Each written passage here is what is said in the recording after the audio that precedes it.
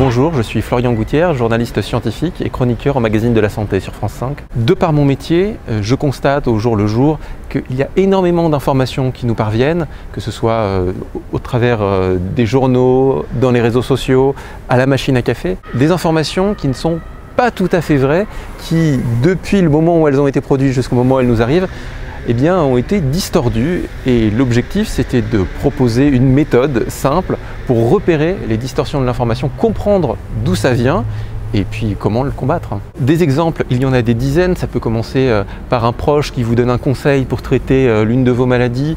Il en a entendu parler, il a vu quelqu'un à la télé produire cette information. Avant que cette information soit mise en circulation et qu'elle arrive dans ses oreilles, est-ce que tout a été mis en œuvre pour vérifier que c'était bien valide? Ça, c'est une vraie question.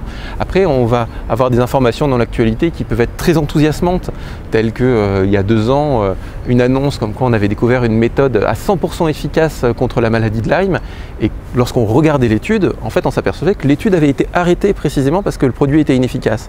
Alors, quand on tombe sur des informations décevantes comme ça, on a l'impression que les chercheurs se moquent de nous, alors qu'en fait, c'est le fait que tout le monde se fait confiance dans une chaîne de l'information qui relaye cette information jusqu'à nous, qui fait qu'on a l'impression que la science n'est pas fiable. C'est un processus qui est collaboratif, qui est cumulatif, qui est correctif, qui met du temps à se mettre en œuvre. Et si on imagine et on perçoit les sciences au travers de l'actualité et simplement de l'actualité, on est très souvent déçu. C'est un livre qui peut se lire de 2 façons. On peut le lire de façon tout à fait linéaire en remontant la chaîne de l'information, de sa production jusqu'à nous, ou alors on peut le picorer, aller directement au passage croustillant dans lesquels on va découvrir des cas très précis dans lesquels des journalistes se sont énormément emballés ou dans lesquels des médecins ont donné des préconisations extrêmement douteuses dans de grandes émissions de télévision.